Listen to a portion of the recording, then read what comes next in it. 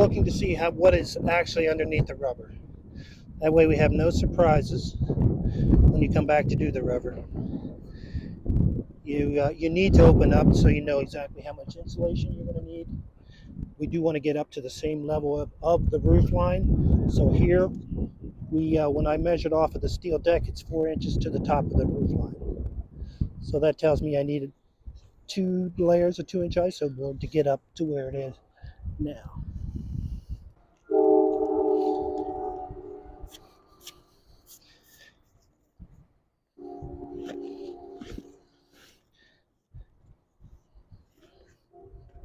And now that you've checked all that, you are going to patch it back up. I'm going to patch it back up, make it watertight.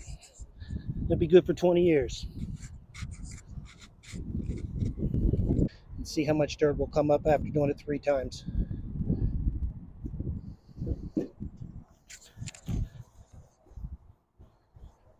You make it too if you want to. Now feel where I cleaned. Oh yeah. Absolutely.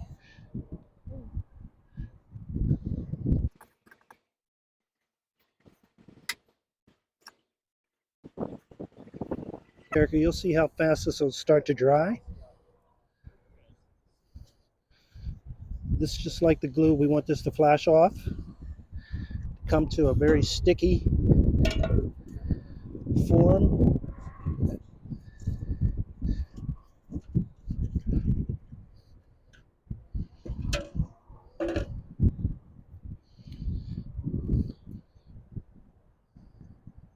It's ready to go.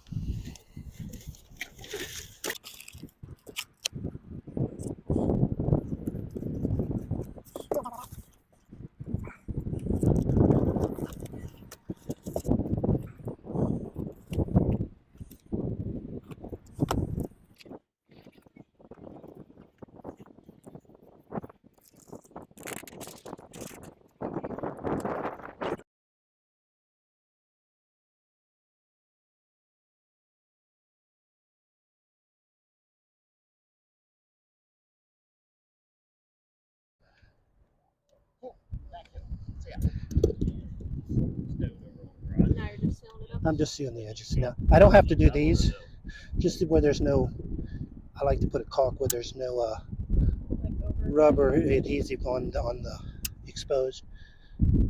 They do like you to go by 2 or 3 inches, like on the end here.